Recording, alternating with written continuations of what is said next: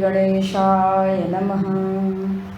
ॐ श्री सरस्वत्यै नमः।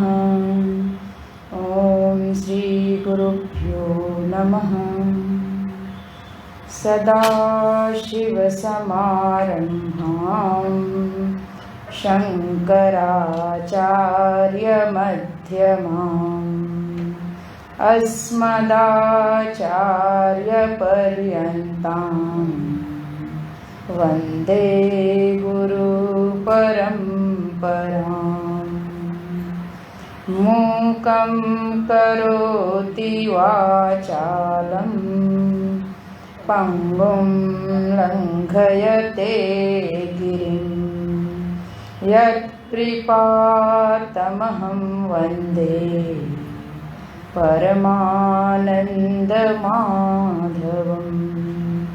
समस्तजनकल्याणे निरतं करुणामयं नमामि चिन्मयं देवं सद्गुरुं ब्रह्मविद्वरं सद्गुरुं ब्रह्मविद्वरम्। ये पाठ कर लेते हैं पहले। 15वें श्लोक से करेंगे, 20 तक करेंगे। टोटल 25 है और कल कक्षा पूरी हो जाएगी। 14 तक हम कर चुके हैं। सत्यबुद्धिर्यदा दृश्ये स्वात्मनो भिन्नता तथा सुखबुद्धिस्तदा तस्मिन् दुःखबुद्धिर्हि वा भवेत्। रागद्वेषौ प्रजायेते चित्ते तदा चित्ते वृथैव हि ताभ्यां ह्यहं प्रवर्ते वा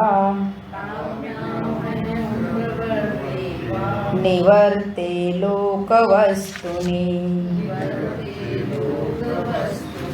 लाभे सुखी तथा दुःखी यलाभे प्रियवस्तुनः। संसारोऽयं मया प्राप्तः मिथ्याध्यासपुरस्सरः।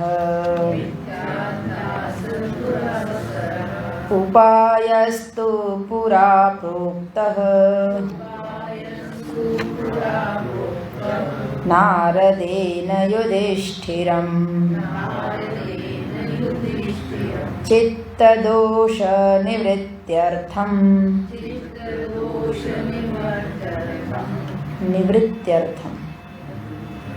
श्रेयसे च स्मरामि तम्। यहाँ पे बताए हैं, फिर 19 से लेकर 22 तक पूरा उपाय है, लेकिन हम आज 20 तक करके रोकते हैं, आगे देखते हैं कहाँ तक होता है। असंकल्पाच्चेत् कामं क्रोधं कामविवर्जनात्। अर्थानर्थेक्षया लोभं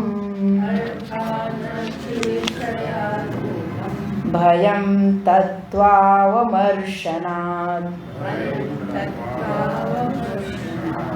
अगले जो इनके पास ये पुस्तक है वो है पृष्ठ संख्या 63 नंबर पे। आनवीक्षिक्या शोकमोहौ दम्भं महदुपासया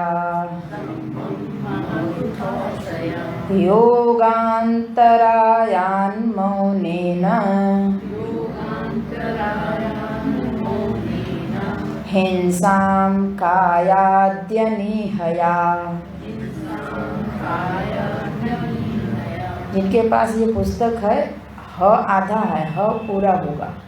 अनि हया, वहाँ मीनिंग में भी आधा लिखा है और वहाँ भी लिखा है, उसे पूरा कर लेने की जरूरत है। हरिओम। यहाँ पे हम लोग देख रहे हैं मन में आने वाली वृत्तियाँ, और उस वृत्तियों को शुद्ध करने के लिए उपाय की आवश्यकता है। इस ग्रंथ का मूल प्रयोजन इतना ही है कि हमारे पास मन है, क्योंकि हम मनुष्य हैं, और हमारे मन में चूँकि वृत्तियाँ आ रही हैं, तो ये वृत्तियाँ दो प्रकार की हैं, एक शुद्ध है और दूसरा अशुद्ध है। अशुद्ध वृत्तियाँ जब आएंगी तो हमको कष्ट होगा। अशुद्ध वृत्तियाँ आएंगी तो कदाचित ये संसार में रहते हुए पारमार्थिक सत्ता के लिए तो जरूरी है ही, हम व्यवहार करते हुए अपने व्यवहार को भी ठीक से नहीं कर पाएंगे। जो मेरे कर्तव्य हैं, उस कर्तव्य का हम निर्वाह यदि अशुद्ध वृत्तियाँ हमारे मन में आ गई हैं तो नहीं कर पाएंगे। अशुद्ध वृत्तियों का तात्पर्य ये है कि हमारे भीतर राग भी है किसी के प्रति, तो जिनके प्रति है उसकी अपेक्षा से जो दूसरा व्यक्ति है उसके प्रति के कर्तव्य हम भूल गए, क्योंकि हम उनके प्रति अपनी आसक्ति छोड़ नहीं पा रहे। तो घर में देखते हैं कईयों संबंध होते हैं, और एक से अगर राग हो जाए तो दूसरे के कर्तव्य को हम छोड़ देते हैं, और जिनसे छोड़ देते हैं तो उनके प्रति जो हमारे कर्तव्य हैं पूरा ना होने से द्वेष की संभावना बढ़ जाती है। तो राग द्वेष, चाहे कोई भी वृत्ति लीजिए, ये सारी वृत्तियाँ विकार के रूप में हमको मालूम पड़ती हैं, दिखती रहती हैं। कर्तव्य का बोध हो तो हम अपने कर्तव्यों का निर्वाह कर सकेंगे, और ये मन में आने वाली वृत्तियाँ धीरे धीरे करके शुद्ध होंगी। गोस्वामी जी एक पंक्ति लिखते हैं, समिट्टी समिट्टी जल भरहि तलावा, जिमि सद्गुण सज्जन पहियावा। सबके पास नहीं आता है। जिन्होंने संकल्प किया कि मैं सज्जन बनूं, मेरे भीतर जितनी दुर्जनता है, दुर्गुण है, वो निकल जाए। नारद भक्ति सूत्र में नारद जी स्वयं लिखते हैं, दुस्संग सर्वथैव त्याज्य। उसको सर्वथा एकदम हमेशा के लिए छोड़ दीजिए। और चूंकि जो चीज़ छोड़ने वाली है उसको हमको पता चल गया और छोड़ना है तो एक दिन में नहीं छूटती है, ये भी सत्य है।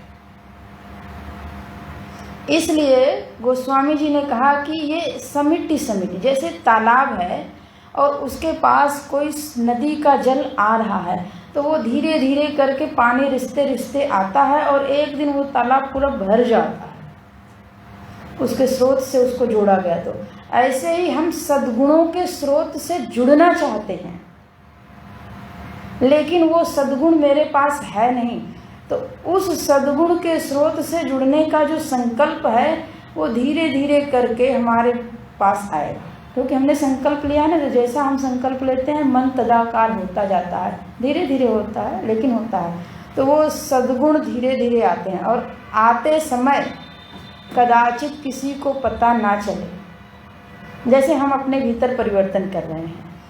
हम पहले दिन वेदांत की कक्षा में गए और हमको वेदांत अच्छा लग रहा है कि नहीं लग रहा है, इसका परिणाम 10 साल के बाद दिखेगा। क्यों?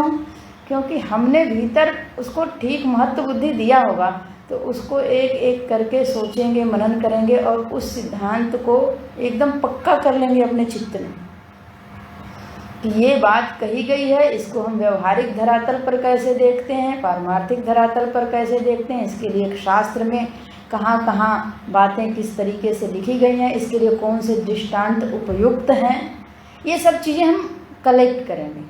तो वो 10 साल के बाद, 12 साल, 15 साल के बाद जीवन में दिखेगा। यदि महत्व बुद्धि नहीं है, 2.5 साल का कोर्स किसी तरह से पूरा हो जाए, किसी तरह से पूरा हो जाए, किसी तरह से पूरा हो गया। पूरा होने के बाद अब रोज़ एक क्लास लेनी है, चलो भाई कैसे भी आज यहाँ की कहानी कह देंगे, वहाँ की कहानी कह देंगे, ऐसे करते करते समय निकल गया। जो बाद के परिणाम हैं उसमें दिखता है। वृक्ष लगा एक दिन, लेकिन वो वृक्ष बढ़िया से फलेगा, फूलेगा और टिक के रहेगा, ये उसके पूर्व में उसकी कितनी सेवा की गई है, कितना उसका जतन किया गया है, ये पता चलता है। तो ऐसे ही हम अगर सद्गुण को अपने भीतर ले आ रहे हैं और वो मेरे जीवन में प्रतिष्ठित होकर के मालूम पड़ेगा, जिस दिन लाते हैं उस दिन नहीं। तो लोग अगर ये कहना शुरू कर दें, बहुत दिन तो देख रहे हैं कि आप कहते हैं हम क्रोध नहीं करेंगे, नहीं करेंगे, हम झूठ नहीं बोलेंगे, और जब देखो तब झूठ बोल ही देते हैं। नहीं, जो दिन भर में सैकड़ों झूठ बोलते थे, अगर वो 10 भी कम किए हैं तो किए हैं। तो जो व्यक्ति परिवर्तन कर रहा है वो अपने आप को देखे, कोई बात नहीं है, लोग कहेंगे क्योंकि इतना ज़्यादा मल चढ़ा हुआ है, हम अपने में तो परिवर्तन कर रहे हैं ना, कर रहे हैं ना। तो एक दिन वो जो तालाब जैसे भरता है, वैसे ही उस व्यक्ति का व्यक्तित्व पूरी तरह से बदल जाएगा। और जब बदल करके सामने वो चेहरा बार बार आएगा, ये पहले तो ऐसे थे लेकिन अब ये बहुत बदल गए हैं। और किसी में ये बदलाव जल्दी दिखता है तो ये अनुमान लोग लगाते हैं कि इन्होंने बड़ा परिश्रम किया होगा अपने आप से।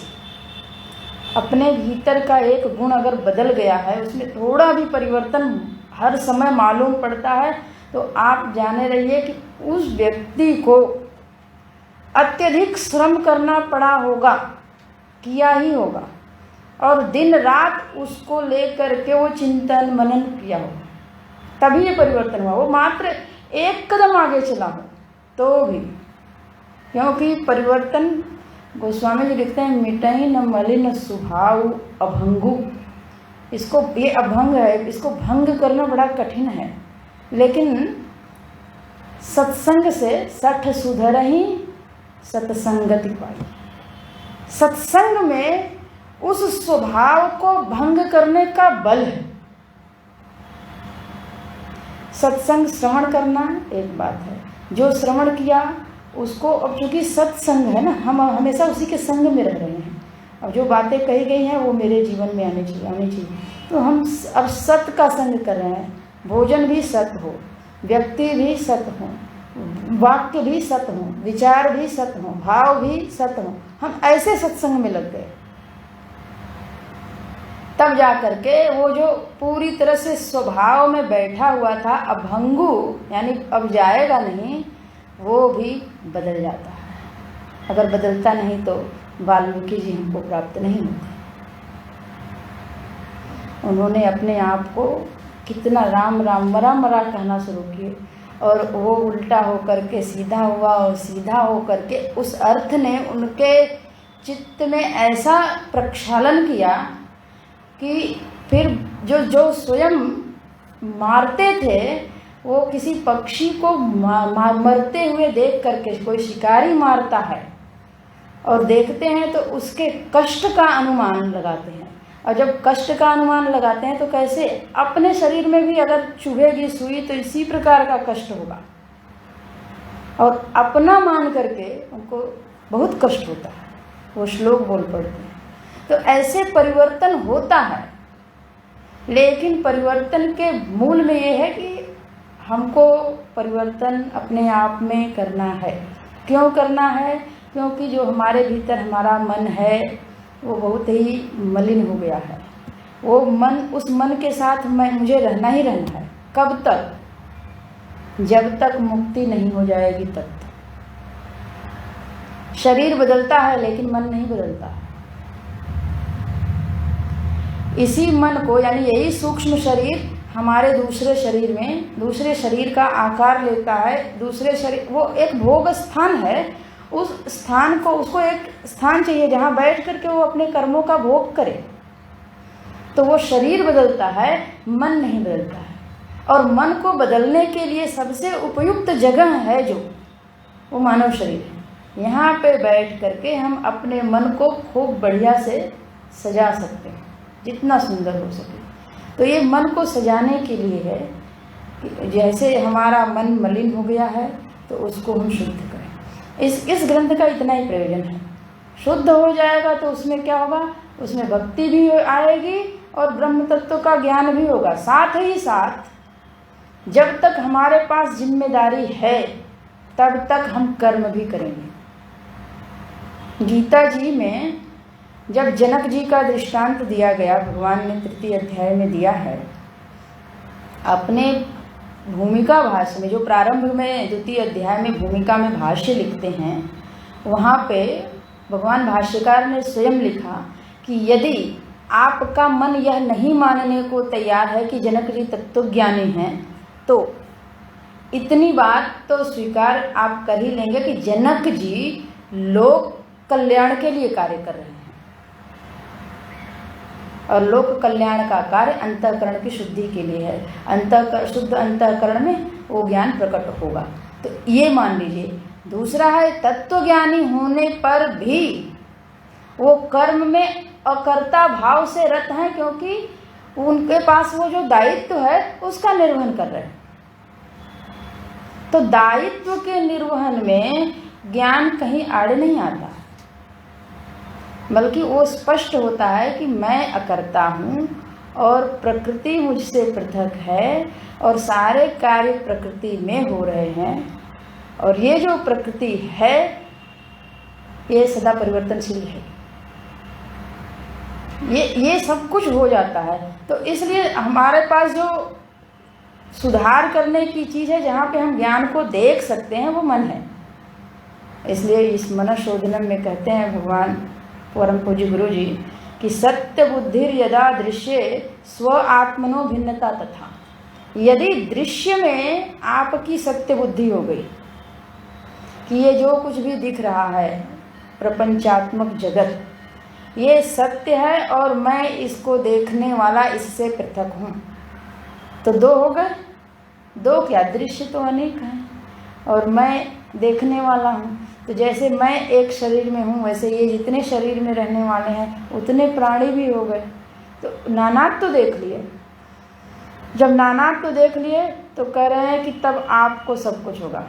सुख बुद्धि तदा तस्मिन् दुख बुद्धिर वा भवेत्, दुख बुद्धिर ही वा भवेत्। यदि अनुकूल वृत्ति आई, अनुकूल विचार आए, अनुकूल व्यक्ति मिले, अनुकूल कार्य हुआ तो सुख बुद्धि हुई, और प्रतिकूल हुआ तो दुख। ये जब सत्य में, जगत में हम सत्य बुद्धि करते हैं तो ये घटना हमारे साथ रहती है। जब जगत को हम मिथ्या कर पाते हैं, मिथ्या करने के लिए कुछ विशेष बल लगाने की जरूरत नहीं है, बस इतना ही है, आगमा पाइनो अनित्या। ये परिभाषा हम पकड़ लें। ऐसे जहाँ जहाँ परिभाषा है उसको एक जगह इकट्ठा करना चाहिए। उसमें भी हमको कैटेगरी दिख जाएगी कि ये कैटेगरी, अच्छा जब हम इस स्तर पे हैं तो ये अनित्य की परिभाषा मेरे लिए सुटेबल है, इस स्तर पे हैं तो ये है। जो कुछ आने जाने वाले हैं वो सब अनित्य हैं, और जो अनित्य हैं वो सब जड़ हैं, वो सब दुखात्मक हैं, वो सब मर्त्य हैं। केनोपनिषद आप लोग जो पूर्व में थे तो पूर्व में आया था ना, वहाँ पे एक ही पंक्ति थी कि जो हेय है, नहीं जो दिखता है, जो मन में आता है वो परिच्छिन्न है, जो परिच्छिन्न है वो हेय है, और जो हेय है वो मर्त्य है। मर्त्य होने के कारण दुखात्मक है। इसलिए क्योंकि एक दिन तो वियोग होगा ना। आज वो हमको, मान लीजिए वो जिस समय से मिला और जब तक मेरे साथ है तब तक वो मेरे लिए सुखात्मक है, लेकिन इतना तो पक्का है कि वो उसका वियोग होगा, और जब वियोग होगा तो दुख होगा। और मान लीजिए अगर कोई व्यक्ति है, एक समय मिला, बड़ा सुख लगा और उसकी भावना बदली, क्योंकि व्यक्ति के भीतर क्या है ना, बहुत कुछ बना हुआ है। एक तो भावना भरी हुई है, विचार भरे हुए हैं, और वाग इंद्रिय भरी हुई है। सबसे बड़ी बात है जो बोलती रहती है। तो वो हमारे अनुकूल बोले तब तक तो संयोग है, जैसे ही हमारे लिए ठीक नहीं बोले उसी क्षण वियोग हो गया। बाद में हम चाहे कितना भी पछताएं करें वो फिर मिलन का एक दूसरा स्टेप चालू होगा, लेकिन ये वियोग हो गया। तो यानी संयोग के बाद वियोग होने पे दुख तो होगा। फिर अगर कहा जाए कि आपका जो ये वियोग हुआ है, कदाचित सत्संग मिल गया और उसमें बता दिया गया कि इस वियोग के परिणाम स्वरूप आपके द्वारा कर्तव्य का, जो आपका कर्तव्य था वो पालन नहीं हुआ, बल्कि करणीय हो गया, तो एक और ऊपर से चढ़ गया लेयर, मुझसे पाप हो गया। वो अब उस दुख को कौन हटाए, क्योंकि वो अपने ही भीतर है और उसका इलाज भी मुझे ही करना है। भरत जी बोलते हैं कि यही कुरोग कर औषध नाही। किस कुरोग का? कि मेरे लिए राम लक्ष्मण और सीता जी वन में गए, इसके लिए पूरे दुनिया में लोग हमारा इलाज करें, लेकिन कोई इलाज नहीं कर सकता। उसका क्या इलाज है? जो मेरे कारण दुखी हैं वो एक बार मुझे क्षमा कर दें, वो एक बार कह दें कि मैं दुखी नहीं हूँ, मैं प्रसन्न हूँ। यही तो हुआ जब वन में गए, राम जी बोले हम बिल्कुल प्रसन्न हैं, और हमारा और आपका यही दायित्व है कि जिसमें पिताजी की आज्ञा रह जाए हम लोगों को वही करना चाहिए। तो वो संतुष्ट हो गए। तो ये है कि हमको सुख और दुख पर जब विवेचन करेंगे, पूज्य स्वामी जी भी बोल रहे हैं कोई वस्तु में कोई सुख दुख नहीं है। गोस्वामी जी भी एक दोहा लिखते हैं, ग्रह, भेषज, जल, पवन, पट, ये 5 चीजें पाई कुजोग सुजोग, होई कुवस्तु सुवस्तु जग, लखाई सुलक्षण लोग। जो सुंदर लक्षणों से युक्त हैं, यानी ज्ञानवान हैं, समझदार हैं, वही समझ पाते हैं। मान लीजिए जो ज्योतिषी वो कुंडली बनाते हैं, वो सारे ग्रह तो सबके पास होते हैं, लेकिन ये अपने ठीक घर में बैठे हैं कि शत्रु के घर में बैठे हैं, मित्र को देख रहे हैं कि शत्रु को देख रहे हैं, तदनुरूप फल देंगे। तो वो कुजोग सुजोग, अब हम जिस काल में पैदा हुए उस काल में ग्रह तो अपनी निश्चित गति से चल रहे हैं। हमारा आना वो प्रारब्ध ने तय किया, उस काल में जैसे ग्रह रहे उसके अनुसार परिणाम घटित होते चले गए। तो फिर उसके उपाय हैं, उसकी शांति है, उसका पूजा है, जो कुछ भी है तो करें ऐसे ही। यही नहीं, कहीं का पानी किसी को सूट करता है, किसी को नहीं करता है। वस्त्र है, हर तरह के कपड़े हर कोई पहन ले अच्छा नहीं लगता। कोई कोई व्यक्ति होते हैं उनके ऊपर हर तरह का कपड़ा अच्छा लगता है, कोई कोई होते हैं बिल्कुल सिंपल ही पहने तो ही अच्छा लगता है, कोई है वो चटक पहने तो ही अच्छा लगता है। तो ये, और कोई है बिल्कुल सात्विक बनना चाहता है तो धीरे धीरे अभ्यास करने लगते हैं तो वो अच्छा लगने लगता है। और ये भीतर से एक मांग भी होती है कि हमारे वस्त्र ऐसे होने चाहिए, ऐसे होने चाहिए, वो भीतर के गुण उसको प्रभावित करते हैं। तो ये चीज़ें कुवस्तु सुवस्तु, ये तो व्यक्ति के ऊपर और व्यक्ति की परिस्थिति के ऊपर, व्यक्ति के भीतर संस्कार के ऊपर निर्भर है और कुछ नहीं। उस वस्तु में कोई गुण धर्म नहीं है। जो अपना निश्चित है वो निश्चित है सबके लिए। चीनी मीठी है तो सबके लिए है। अब जिसको शुगर हुआ है उनके लिए वही जहर है, वो छोड़ना चाहेंगे, और जिनको नहीं है वो खूब खाएं, कोई दिक्कत ही नहीं है। तो उसमें दोष नहीं है, दोष तो व्यक्ति व्यक्ति में है। तो इसलिए कह रहे हैं कि यहाँ पे इस जगत में जैसा हमारा दृष्टिकोण होगा वैसे ही अनुकूल के प्रति सुख, प्रतिकूल के प्रति दुख होता रहेगा, और सुख दुख के कारण राग द्वेष उत्पन्न होगा। इससे मन में मलिनता बढ़ती जाएगी। कहते हैं राग द्वेषो प्रजायेते, जायते जायेते, ये द्विवचन की क्रिया है। तो क्रिया है तो राग द्वेष, चूंकि दो वस्तु है तो द्विवचन की क्रिया लगा दिए। जायेते प्रजायते, प्रकृष्ट रूपेण जायते, ये भली भांति उत्पन्न होते हैं। यदि हम सुख बुद्धि और दुख बुद्धि को अपने चित्त में पकड़ के रखे हैं कि ये वस्तु ही मेरे लिए सुखात्मक है और ये वस्तु दुखात्मक है, तो उस वस्तु के प्रति राग और द्वेष की उत्पत्ति हो के रहेगी। कर्तव्य बुद्धि से करें और राग द्वेष हो ना, तो वो राग द्वेष का नाम नहीं लेता, वो प्रेम का नाम लेता। अगर हमारा जिनके प्रति कर्तव्य है वहाँ पे हम प्रेम कर रहे हैं और जो वहाँ करने योग्य नहीं है उसको छोड़ रहे हैं, तो वह काम तो वही कर रहे हैं, कुछ दूसरा नहीं कर रहे हैं, लेकिन वो प्रेम को जन्म देगा, वो भक्ति को जन्म देगा। और प्रेम का ये परिणाम है कि वो हमको हमारे कर्तव्य जैसे ही पूरे हो जाएंगे ना, हमको छोड़ देगा। उसको पहचानने का तरीका ये है कि जब हम एकांत में बैठे तो हमें ये न लगे कि हमारा उनके प्रति ये कर्तव्य था और हमने किया नहीं। वो बार बार आ करके हमको परेशान न करे। जब हम एकांत में बैठे तो न पुत्र की याद आए, न पत्नी की याद आए, न माता पिता की। माता पिता की सेवा नहीं किए हैं याद आए, ये हम छोड़ के आए। लेकिन अगर करा लिए तो जितना मुझे करना था, और ये भी है करते समय कदाचित नहीं किए तो भी ये होगा कि जितना मुझे करना था हमने प्रयत्न तो किया, लेकिन प्रारब्ध में नहीं रहा होगा, इसलिए संयोग नहीं बना।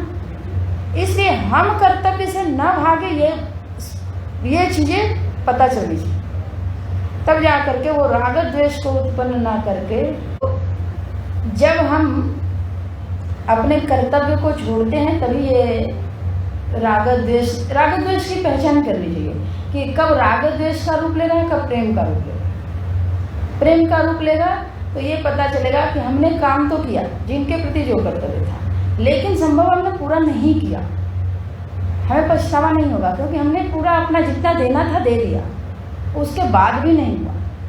माता पिता बच्चे की परवरिश अच्छे से की और बच्चे ने भी बड़ी मेहनत से माता पिता की आज्ञा का पालन किया, दोनों में कोई द्वेष नहीं होगा, राग नहीं होगा। हमको भी जितना करना था हमने किया और उनको भी जितना करना था उन्होंने किया। उसके बाद परिणाम यदि अनुकूल नहीं आया तो कोई बात नहीं, ईश्वर को यही मंजूर था। परिणाम अनुकूल आ गया तो अच्छी बात है, लेकिन अगर हमने किया ही नहीं तो वो कभी न कभी हमारे चित्त में उठ के आएगा कि मेरा ये कर्तव्य था जिसको हमने छोड़ दिया। तो वहाँ पे द्वेष बुद्धि, राग बुद्धि, दुख बुद्धि उत्पन्न। तो करें राग द्वेष जब चित्त में उठता है तो ये संसार बना रहता है। अतः इन दोनों के कारण ही ताभ्याम यानी राग द्वेषाभ्याम, राग ताभ्याम ही अहम प्रवर्ते निवर्ते, राग द्वेष के कारण ही हमारी प्रवृत्ति होती है या निवृत्ति, कि हम वहाँ लग जाएं वहाँ नहीं लग जाएं। तो इस लोक में यही एक हमको प्रवृत्ति और निवृत्ति का कारण बनाता है, और प्रवृत्ति और निवृत्ति से परे जाएं, भक्ति में चले जाएं, प्रेम में चले जाएं, तो उसमें राग द्वेष नहीं, कर्तव्य होता। कर्तव्य का सुनिश्चित सुंदर तरीके से बोध होता है, कदाचित शास्त्र के स्वाध्याय से, नहीं तो हमारे गुरु की कृपा से हमको जो उन्होंने बता दिया है हम उस मार्ग पर चल रहे हैं, कारण आता है।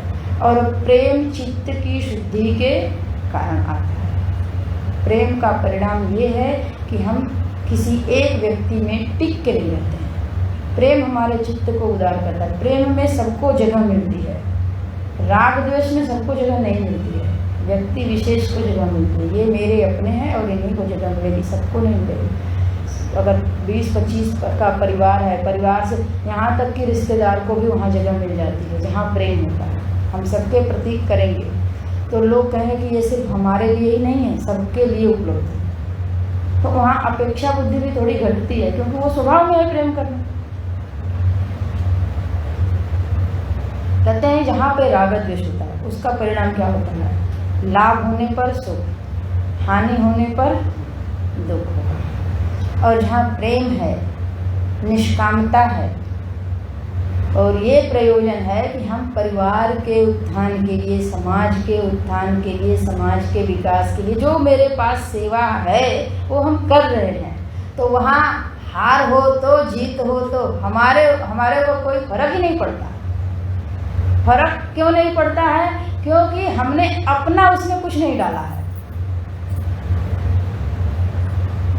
और जो परिणाम आएगा उस परिणाम से केवल हम ही नहीं प्रभावित होंगे, सभी लोग प्रभावित होंगे। तो सभी लोग प्रभावित होंगे तो सभी लोग फिर जैसा सोचेंगे ऐसा किया जाएगा।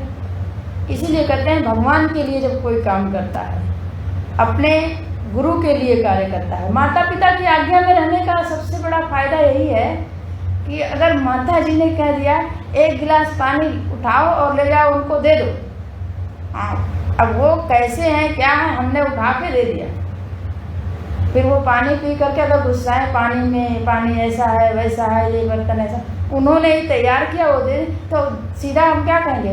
ये तो उन्होंने दिया था, हम जैसे उन्होंने आज्ञा दी वैसे हमने कर दिया।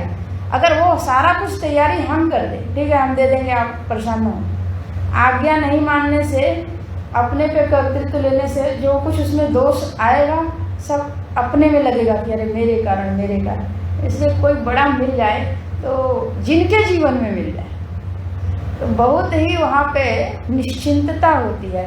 चलिए अब ये जो, और कभी कभी दिमाग में कुछ समझ नहीं आता हम करें क्या, तो क्या है ना, वो जब तक नहीं कहें, हम अगर बैठे भी हैं तो भी निश्चिंत रहेंगे, क्योंकि हमको अभी तो उन्होंने कुछ काम ही नहीं दिया, तो हम फ्री हैं। वो कहेंगे करने लग जाएंगे। और ये भी है, कोई काम दिए हैं 2 घंटे में करना है, और हम देने वाला ही जानते हैं कि कितनी सामर्थ्य है तो कितना काम देना चाहिए। जैसे छोटा बच्चा होता है तो दृष्टांत दिया जाता है, उनको बाल्टी भर को पानी उठाने के लिए माता पिता नहीं कहेंगे, कोई नहीं करता। हाँ, उसका जो खिलौना होगा वो जरूर कहेंगे वहाँ से बेटा उठा ले आओ। तो जो वो करने में समर्थ है वही देते हैं। तो जब हमारे अनुसार ही जब सीता जी की खोज हो रही है तो किसको अंगूठी दी जा रही है? जो समर्थ हैं, जो कर सकते हैं। तो इस प्रकार से जो कुछ हमको दिया जाएगा उतने में हम कर लेंगे, लेकिन हम बोझ भी लेके नहीं चलेंगे। उतना ही समय दिया गया है, हमने खूब मेहनत से किया है, हुआ तो ठीक, नहीं हुआ तो ठीक। निश्चिंतता जो बनी रहती है बड़ों की छत्र छाया में, वो अपने ऊपर कर्तृत्व लेने से नहीं बनती है। वो अपने ऊपर कर्तृत्व लेने से यही हमेशा बना रहता है, कहीं मुझसे कुछ गलती न हो जाए, कहीं मैं चूक न जाऊँ। और जैसे ही ये कर्तृत्व लिया जाता है तो जैसे चूकने का भय होता है तो हानि हो गई, दुख होता है। और नहीं चूके तो काम हो गया, तो अपना अहम और पुष्ट हो गया, लाभ हो गया, सब कुछ सही हो गया। लाभे सुखी तथा दुखी ही अलाभे प्रिय वस्तु न। जो प्रिय वस्तु है उसकी प्राप्ति में सुख और अप्राप्ति में दुख। संसारोऽयं मया प्राप्तः मिथ्याध्यास पुरस्सर। करें इस प्रकार से, मया प्राप्त संसार अयम, यह जो संसार है मेरे द्वारा प्राप्त है और इसी में हम सुखी और दुखी होते रहते हैं, ये मिथ्या है। मिथ्या अध्यास पुरस्सर। इसमें परम पूज्य गुरु जी ने एक शब्द डाला है, अध्यास। ये वेदांत में अपने आप में एक गंभीर विषय है। हम यहाँ पे कुछ इस पर बोलेंगे नहीं, लेकिन यह है कि इतना जो लोग जिज्ञासु होंगे, चाहे सुन लें तो कभी किसी से पूछ लेंगे, जो संत लोग मिलेंगे और उनके मन में एक प्रश्न तो रहे कि कुछ एक हमारे पास काम मिल गया कि इसके बारे में भी जाने कि ये अध्यास क्या है। अगर अध्यास आज उसी को स्वामी जी बोले थे अध्यस्त है, ये जगत जो है उस अधिष्ठान पे अध्यस्त है। तो अध्यास का टॉपिक अपने आप में बहुत बड़ा है। कार्य का भी अध्यास हुआ पड़ा है, ये सारे अध्यास हुए पड़े हैं, संबंधों का अध्यास हुआ पड़ा है। ये अध्यास हट जाएगा तो अधिष्ठान दिख जाएगा। अधिष्ठान को हम समझ लें, अध्यास को। तो कह रहे हैं ये सारे के सारे संसार में जो मैं और मेरा लाभ हानि ये सब है, ये सब अध्यास है। दृष्टांत में है, बस खल वो बता देते हैं। जैसे सर्प और रज्जू पे सर्प जो है नहीं, लेकिन वो दिख रहा है। और वो है कहाँ? तो कहते हैं कि वो आपके दिमाग में है, मन में है। वस्तु कहीं है, दिख कहीं रही है, और जहाँ है नहीं वहाँ दिख रही है। तो ये अपने आप में एक बड़ा टॉपिक है। तो ये पूरा जगत अध्यास रूप में है, झूठा है, मिथ्या है। इसमें से हम जितना जल्दी इसको झूठा समझ के निकल जाएं और सत्य को पालें उतना ही अच्छा। उपायस्तु, कैसे निकलें? कह रहे हैं उपाय बहुत बताए गए हैं, एक नहीं बहुत उपाय बताए गए हैं। अब यहाँ पे हम एक उपाय बताते हैं। उपायस्तु पुरा प्रोक्त नारदेन युधिष्ठिरम। नारद जी के द्वारा महाराज युधिष्ठिर को जो उपाय बताया गया है श्रीमद् भागवत में, उसको यहाँ पे परम पूज्य गुरु जी उद्धृत करते हैं। कह रहे हैं चित्त दोष निवृत्त्यर्थम। जैसे हम लोग संकल्प लेते हैं तो धर्म अर्थ काम प्राप्त्यर्थम, प्राप्ति अर्थम, उसके प्राप्ति करने के लिए। ऐसे है निवृत्त्यर्थम, इसकी निर्दोष की निवृत्ति के लिए, ये दोष कौन से दोष? चित्त के दोष। चित्त के दोष की निवृत्ति के लिए यह उपाय बताया गया। हम उस श्लोक गीता जी में भी आपको दिखाएंगे, गीता जी में भी दिया गया और रामचरितमानस में उसके लिए एक पंक्ति बोली। तो 2-3 जगह है, ये 2-3 ग्रंथ तो जहाँ जहाँ से हो सके थोड़ा थोड़ा पढ़ना चाहिए। तो करा चित्त दोष निवृत्त्यर्थम श्रेयसे च स्मरामितम, और वो चित्त के दोष को निवारण करने के लिए श्रेयस्कर उपाय है, इसलिए हम उसका स्मरण करके उसी को बताने जा रहे हैं। क्या है? करें असंकल्पात् जयेत् कामं क्रोधं काम विवर्जनात् अर्थानर्थे क्षया लोभं भयं तत्त्वावमर्शनात्। करें असंकल्पात् जयेत् कामम, करें काम पर अगर विजय पानी है तो संकल्प नहीं करें। किसी ने कहा कि मैं जानामि मूलम तव कामम, हे काम मैं आपका मूल जानता हूँ, आपकी उत्पत्ति संकल्प से होती है, इसलिए मैं संकल्प ही नहीं करूँगा। लेकिन ये संकल्प करना कि मैं संकल्प नहीं करूँगा, तो यही अपने आप में बहुत बड़ा है। और मैं संकल्प नहीं करूँगा, ये अपने आप में एक संकल्प है। मैं काम संसार की वस्तुओं का कोई ऐसा संकल्प नहीं करूँ ये प्राप्त करना है, ये बनना है। भव रोग क्या है? भव माने होता है होना होना होना, हम ये हो जाएं, ये हो जाएं, ये हो जाएं, ये हो जाएं, ये होने का नाम ही है तो भव। तो कहते हैं असंकल्पात्, संकल्प को आप मत करिए, उससे काम पर विजय हो जाए। और काम विवर्जनात् क्रोधम विजयते, क्रोधम जयते। क्रोध अगर आपको आ रहा है, बहुत लोग पूछते हैं हमको बड़ी गुस्सा आता है, हम कैसे इसको तो आपको जहाँ क्रोध आ रहा है ना, तो उसके पीछे कोई कामना होगी जो पूरी नहीं हो रही। कोई बोलते हैं इनकी बात सुन के गुस्सा आ जाता है, इसका मतलब हमने अपने भीतर एक संकल्प बनाया है, हमको इनकी बात सुननी नहीं है, और वो सुनाते चले जा रहे हैं, सुनाते चले जा रहे हैं। वो अच्छी बात भी सुनाएंगे क्योंकि हमने संकल्प किया है, तो वो बात भी हमारे चित्त में सुन के भी नहीं सुनी जाती और गुस्सा तो आ ही जाता है। तो काम पर विजय प्राप्त कर, क्रोध पर विजय प्राप्त करनी है तो कामना को, इच्छा को दबाना होगा। कहते हैं कि इस प्रकार से विचार करें, कामना आती है तो कामना के पूर्व में इच्छा है कि इच्छा के पूर्व में कामना है? कामना के पूर्व में इच्छा है। और इच्छा जो है, इच्छा तभी, इच्छा सबकी एक जैसी नहीं होती है, उसमें संस्कार जुड़े होते हैं, वासनाएं जुड़ी होती हैं। इच्छा उसी भूमि, उसी चित्त में, उसी चित्त भूमि में उभरती है जिसमें उस वस्तु की प्राप्ति नहीं है, यानी अतृप्त है, अप्राप्त है, अप्राप्त के प्रति ही इच्छा होती है। तो अब जो इच्छा के मूल में जो वस्तु उठी है, उसको हम परीक्षण करें, वो संसार की वस्तु है कि नित्य वस्तु है। यदि संसार की वस्तु है तो वो मेरे कर्तव्य के अनुसार कहाँ तक उपयोगी है, यह भी विचार करें। क्योंकि व्यवहारिक पक्ष भी देखें तो हमारे कर्तव्य, हमको एक बिजनेस चाहिए, नौकरी चाहिए, हम सेटल हो जाएं, हमको ज्ञान चाहिए, इस विषय में महारत चाहिए कि हम इस विषय के विद्वान बने, ये मेरा विषय है, मेरी इच्छा है, ये मेरे जीवन के लिए कितना उपयोगी है, यह देखें। हम अपने समय को कहीं ना कहीं लगाते हैं, तो ऐसे काव्य को पढ़ने में लगा देते हैं जो यूं ही कोई अर्थ ना दे, या ऐसे काव्य को पढ़ते हैं जो हमारे चित्त में स्थिर होकर के हमको बहुत कुछ सोचने के लिए, बहुत चिंतन की सामग्री दे दे। तो हमारे जो पूर्व के साहित्यकार हुए, कवि हुए, उन्होंने बहुत गंभीर गंभीर काव्य लिखे हैं। वर्तमान की कविता का पता नहीं,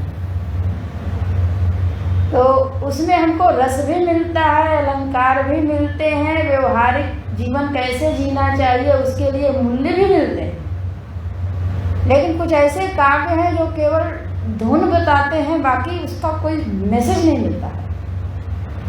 तो हम किस में अपना समय लगा रहे हैं, ये देखने की बात। तो कहते हैं कि ऐसे ही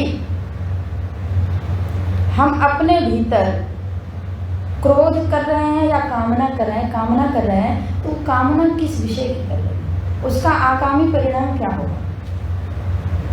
आगामी परिणाम कहीं ऐसा तो नहीं है कि बाद में उस वस्तु के लिए इतना मारामारी मच जाए कि हमको संभालना कठिन हो जाए और हर किसी से क्रोध करना पड़े। जो वस्तु हम प्राप्त किए, कल को उसको छीनने के लिए 10 लोग लग जाए तो क्या होगा फिर तो होगा ये मेरी है, आप क्यों ले रहे हैं, आप क्यों ले रहे हैं। आप मान लीजिए हमने प्रॉपर्टी बनाई, अब उस पर भाई बहन रिश्तेदार सभी आ गए, हम क्या बना रहे हैं जिससे सभी लोग सुखी होंगे, शांत होंगे और उसमें सहयोगी बन करके हमारा साथ देंगे, और किसमें वो लोग मुझे द्वेष करने लगेंगे। ये विचार करने की बात। तो कह रहे हैं कि इस प्रकार से कामना देखनी चाहिए। इच्छा ठीक है, उस इच्छा में अगर कदाचित भगवान जग जाए तो और अति उत्तम है। कह रहे हैं गोस्वामी जी लिखते हैं कि बिनु संतोषन काम न साही, काम अछत सुख सपने होना। काम के रहते सुख हो नहीं सकता सपने में। और कामना जो है तब तक नहीं मिटेगी जब तक जीवन में संतोष की वृत्ति नहीं आएगी। इच्छाएं अनंत हैं और एक इच्छा की पूर्ति के बाद दूसरी इच्छा पनप जाती है। लेकिन जब हमारी सद इच्छा होगी तो वो इच्छा पूर्ति हो करके हमको पूर्ण तृप्ति का अनुभव कराएगी। इसलिए हम संतोष की तरफ चलें, अपने को तृष्णा न बढ़ा करके संतोष को। गीता जी में इसके लिए क्या कहते हैं भगवान कि यदि आप विषय का ध्यान करेंगे तो विषयाकार मन होगा। भागवत में भी आता है, आप ध्यायतो विषयान पुंसा संगस्तेषु उपजायते। यदि आप विषय का ध्यान करेंगे तो आपका मन विषयाकार होगा और विषय के संग होगा। विषय प्राप्त नहीं है। मान लीजिए हमने एक इच्छा करी, मेरे पास एक अच्छी मोबाइल आ जाए, काम है, लौकिक कार्य है, बीच बीच में जो चित्त को अवसर मिलेगा ना तो उसको ले आकर के वहाँ खड़ा करेगा। ये इसको भी जगाए रखिए, इसको भी जगाए रखिए। संगस्तेषु संगात जायते कामम। अब जब वो चित्त में बार बार आएगा ना तो अब कामना प्रबल हो गई। अब चाहे जैसे तैसे जो कुछ भी मिल रहा है उसको इकट्ठा करें। कोई हमको अगर कुछ देना चाहता है उनसे कहें, जहाँ माता पिता से बात बने माता पिता से कहें, जिनसे बने उनसे कहें या स्वयं से बने। हमने इतना कमा लिया, स्वयं से बने तो स्वयं से बना लिया। लेकिन अब वो वस्तु चाहिए, वस्तु के आने के बाद हम उसका उपयोग कितना कर दें ये मायने नहीं रखता। बहुत सारी वस्तु का समय नहीं है कि हम हर वस्तु के साथ समय दें, तो वो कहीं रखी पड़ी रहती है। संगात संजायते कामा। और अगर कामना पूरी नहीं है तो क्रोधात अभिजायते, क्रोध उत्पन्न होगा। अब क्रोधात बहुत ही सम्मूढ़, जब चित्त मूढ़ हो जाता है उसमें स्मृति जो हमारा स्मरण है ना वो जाता रहता है। भगवान भाष्यकार ने इसमें बहुत बढ़िया भाष्य लिखा। कहते हैं कि जो स्मृति है ना वो इसी कामना विषय के से शुरू हुई और धीरे धीरे कामना में बदली, कामना से क्रोध में बदली और आपके स्मृति पटल पे गई।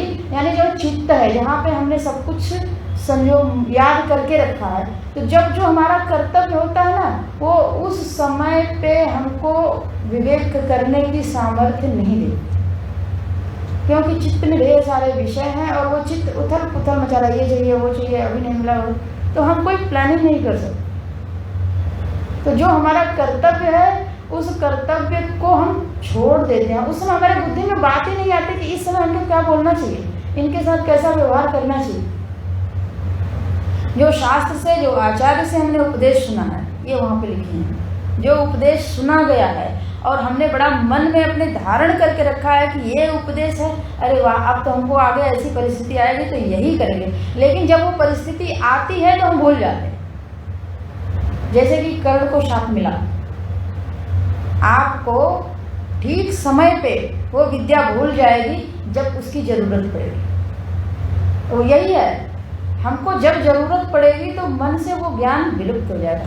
और कदाचित हमारे पास ज्ञान ना हो, भगवान की शरण में हैं और सात्विक जीवन जीने का अभ्यास कर रहे हैं, तो विषम परिस्थिति आएगी तो उसमें जो हमारा कर्तव्य है चित्त में वही उभर आएगा कि अभी यही करना चाहिए, अभी चुप हो जाना चाहिए, अभी ये वाक्य बोल करके हट जाना चाहिए। तो वो चित्त में हमको जैसा हमको कार्य करना है, जो उत्तर देना है, वो अगर आ रहा है भगवान की बड़ी कृपा, नहीं आया तो इसका मतलब है कि कुछ गड़बड़।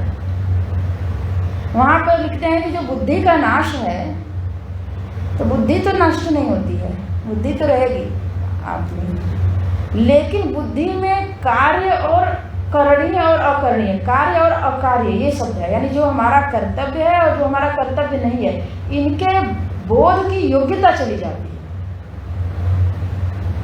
हम विवेक नहीं कर पाते, विवेक करने की सामर्थ्य चली जाती है। लेकिन अगर हम ये सब काम ना करें तो, अगर हम विषयों के परम पूज्य अखंडानंद जी महाराज लिखते हैं उनके अपने ग्रंथ में कि जितने ये जगत है ना सब जड़ है, चेतन तो चेतन ही है, भगवान चेतन है, कोई नहीं। तो ये जब हम विषयों के साथ अपने मन को लगाते हैं ना, तो जड़ के साथ लगाते हैं। तो जब जड़ के साथ लगाते हैं तो जड़ भावापन्न होते हैं, जड़ के भाव से घिर जाते हैं।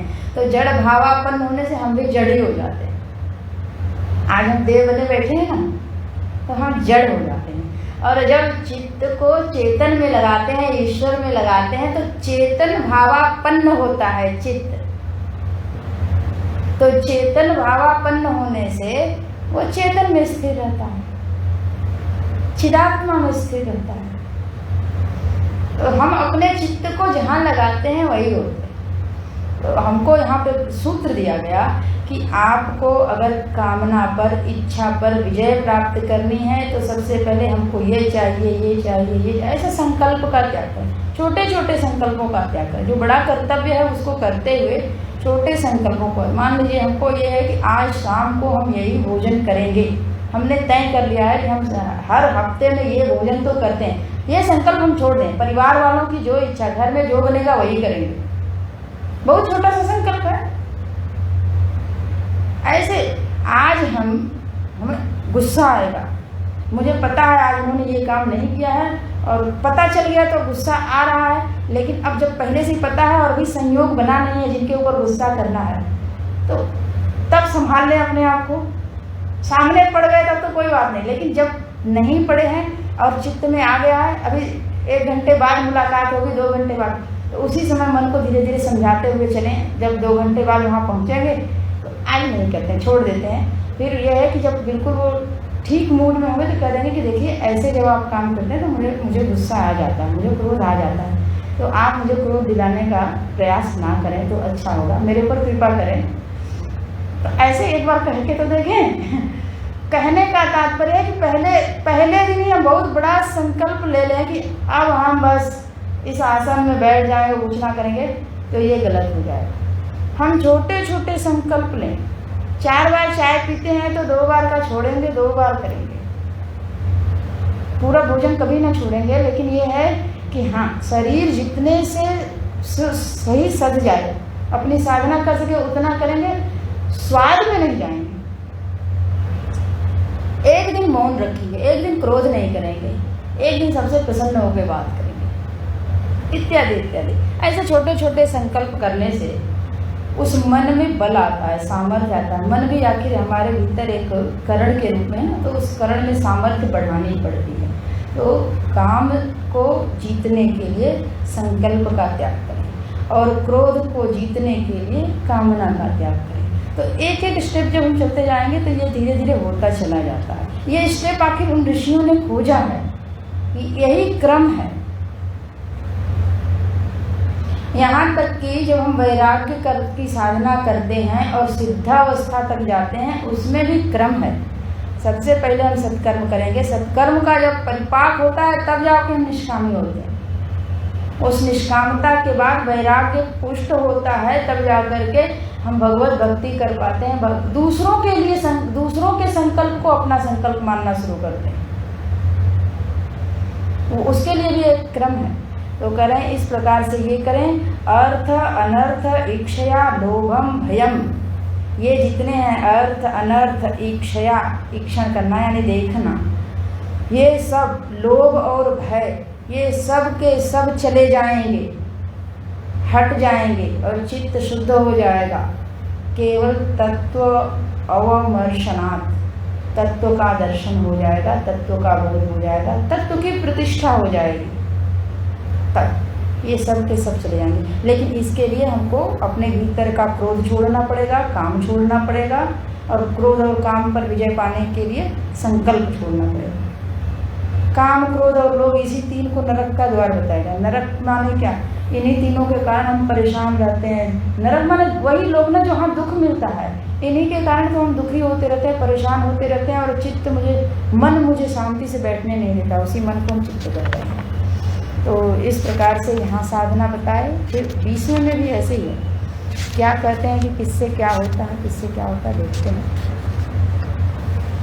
आनवीक्षिक्या, आनवीक्षिकी जो है वो है देखने का नाम है। न्याय दर्शन में तो एक शब्द ही आता है, ये आनवीक्षिकी विद्या है, लेकिन यहाँ पे इसका अर्थ क्या है?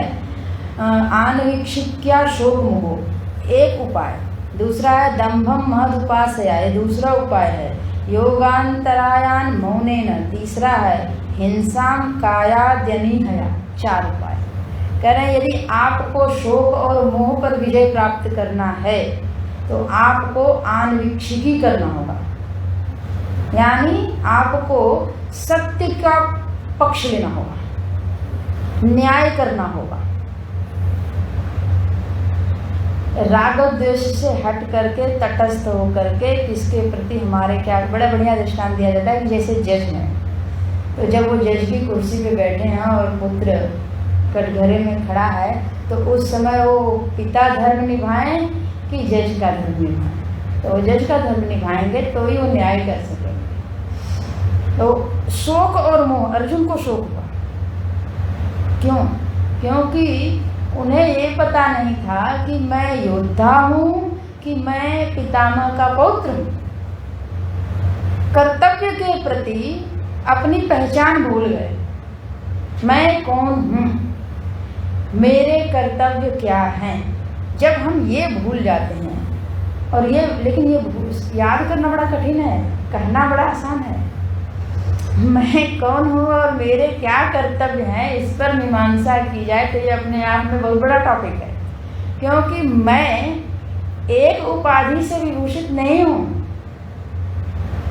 मेरे पास ढेर सारी उपाधियाँ लगी। मैं किसी का तो पिता हूँ, तो किसी का पुत्र हूँ, तो किसी का पति हूँ, तो किसी का मामा चाचा, पता नहीं कितने सारे संबंध हैं। तो ढेर सारे संबंध हैं। और भगवान की दृष्टि में मैं भक्त भी हूँ, योनि की दृष्टि से मनुष्य हूँ। मनुष्य अपने आप में मनुष्य होना ही बहुत बड़ा दायित्व हो जाता है कि आपको पूरे प्रकृति में अपना रोल कैसे निभाना है। तो इस प्रकार से हमारे कर्तव्य, मैं कौन हूँ और मेरे कर्तव्य क्या हैं, हर कदम पर मुझे सजग होना। तो मैं तटस्थ होकर के कम से कम जितनी मेरी समझ है उतना तो ठीक करूं, और जो मेरी समझ से परे है उसको करने के लिए हम भगवान से प्रार्थना करें, हाथ जोड़ लें कि हे प्रभु मुझे समझ में तो नहीं आ रहा और इस समय मुझे करना पड़ रहा है, तो हम यही करने जा रहे हैं, आप संभाल लीजिए। इस प्रकार से अपने कर्तव्य से, अपने दायित्व से हम न्याय तो अवश्य करें, दूसरों से अपेक्षा कम करें। दूसरा मेरे लिए क्या किया इसकी अपेक्षा कम करते हुए अपने प्रति न्याय अधिक करें, तो साधना ज़्यादा होगी और तीव्रता से होगी।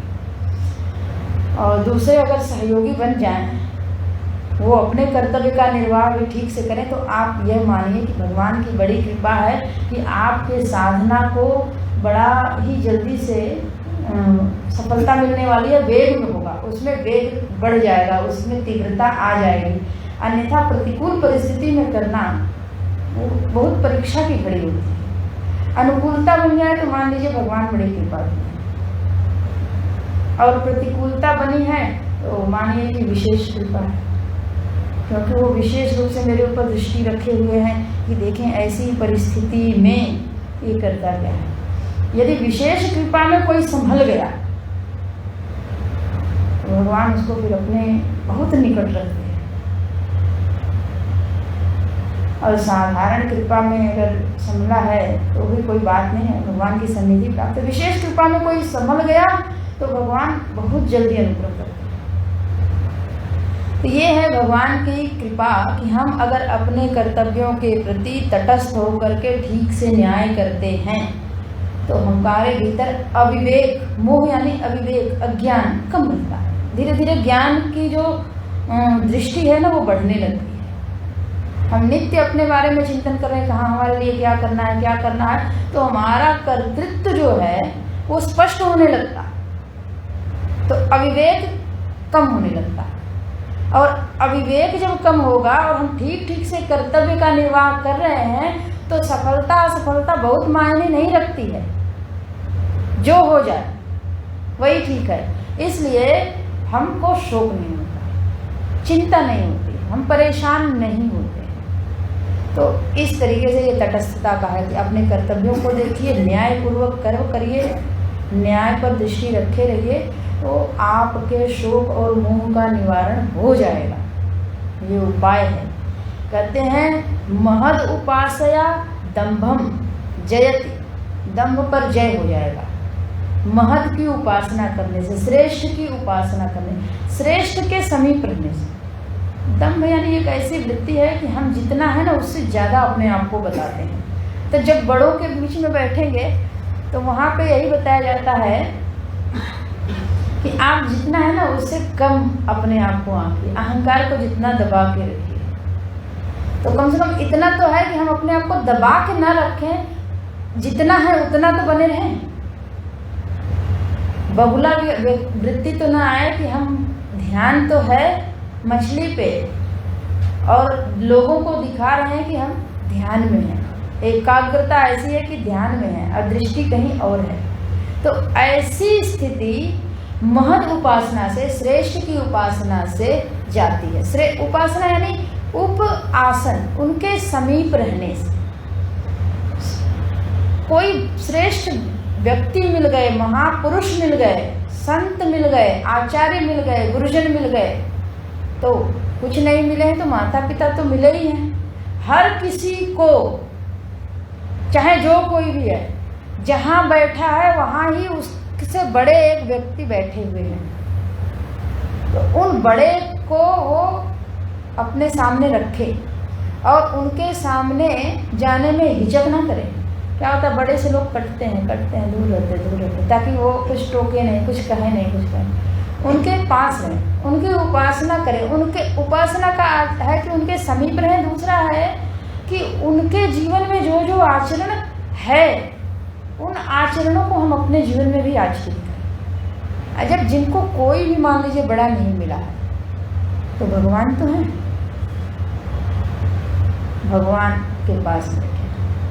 भगवान में वो कौन कौन से गुण हैं जिसके कारण सभी लोग उनके दरबार में आते हैं।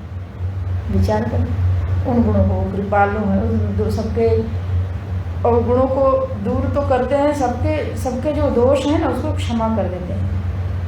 कि कितने भी पापी हों अगर भगवान की शरण में आ जाते हैं तो भगवान कहते हैं कि आज के बाद पाप नहीं करना। तब की बात है ये कि हम आपको धर्मात्मा करें। क्षिप्रम भवति धर्मात्मा। यदि कोई मेरे सन्मुख हो गया और आ गया तो उसके पाप को दूर करके मैं उसको साधु कर देता हूँ। तो ये है, महद की उपासना करने से दंभ वृत्ति जाती है।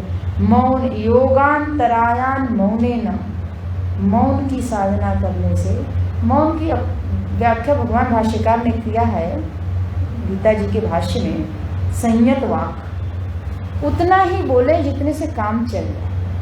बिल्कुल चुप होना वो भी एक मौन है, लेकिन वो मौन से क्या होगा कि आप बहुत चीज़ें हैं जो कहना चाहिए आप कह नहीं पा रहे, तो आप उतना बोले जितने से काम चल जाए।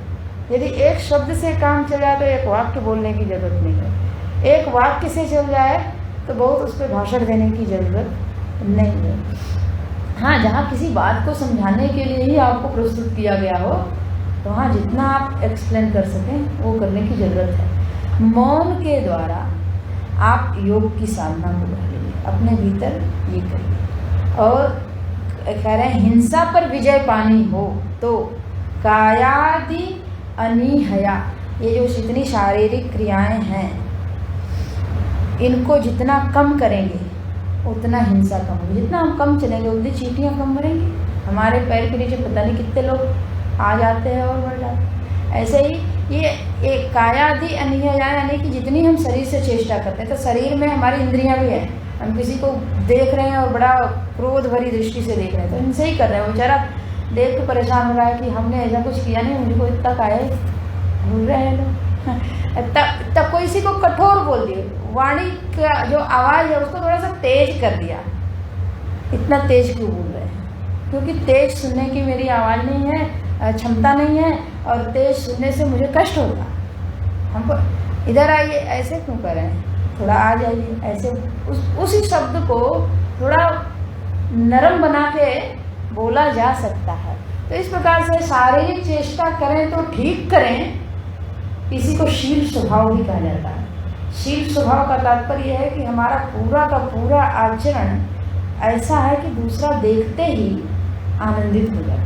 मेरा बोलना, मेरा चलना, मेरा कहना, मेरा देखना, मेरा सुनना, दूसरे बोल रहे हैं और हम सुन रहे हैं तो भी पता चलता है कि कितना भाव से सुन रहे हैं, कितने प्रेम से सुन रहे हैं, कितने मन से सुन रहे हैं, या खाली सुन रहे हैं और कुछ हमको समझ नहीं रहे। सुनना भी, ये सारा जब जिस किसी का उत्तम हो जाता है और दूसरा उससे आनंदित होता है तो कहते हैं ये शील स्वभाव है। भगवान श्री रामचंद्र जी का स्वभाव बड़ा शील था। जो कोई उनके पास आता था, जो कुछ कहता था, यहाँ तो निषाद राम जी क्या क्या कह गए, आपको इतनी सारी शर्तें रखे, सारी शर्त भगवान मान लेते हैं और हंस पड़ते हैं। तो ये शील स्वभाव है। तो करें कि जितना आप अपनी शारीरिक चेष्टा को कम करेंगे और अगर संयत हो गया, संतुलित हो गया तो करेंगे तो उससे बल्कि दूसरों को सुख मिलेगा, तो लोगों के लिए आप अनुकरणीय भी हो जाएंगे। प्रयास यही करें कि हमारा आचरण दूसरों के लिए अनुकूल, सुखद हो। जब ऐसा होगा तो एक के बाद दूसरा, दूसरे के बाद तीसरा, ऐसे करके सैकड़ों की भीड़ जब उस आचरण से प्रभावित होगी ना, तो कहते हैं कि वो व्यक्ति दूसरों के लिए उपदेशक के रूप में प्रस्तुत होते हैं, अनुकरणीय हो जाते हैं, उनका लोग अनुगमन करने लगते हैं। ऐसा हम भी बने, ऐसा हम भी बने, ऐसा हम भी बने। तो आज हम लोगों ने यहाँ तक देखा। कल 5 श्लोक और पूरा करके ये कक्षा पूरी हो जाएगी। हरिओम।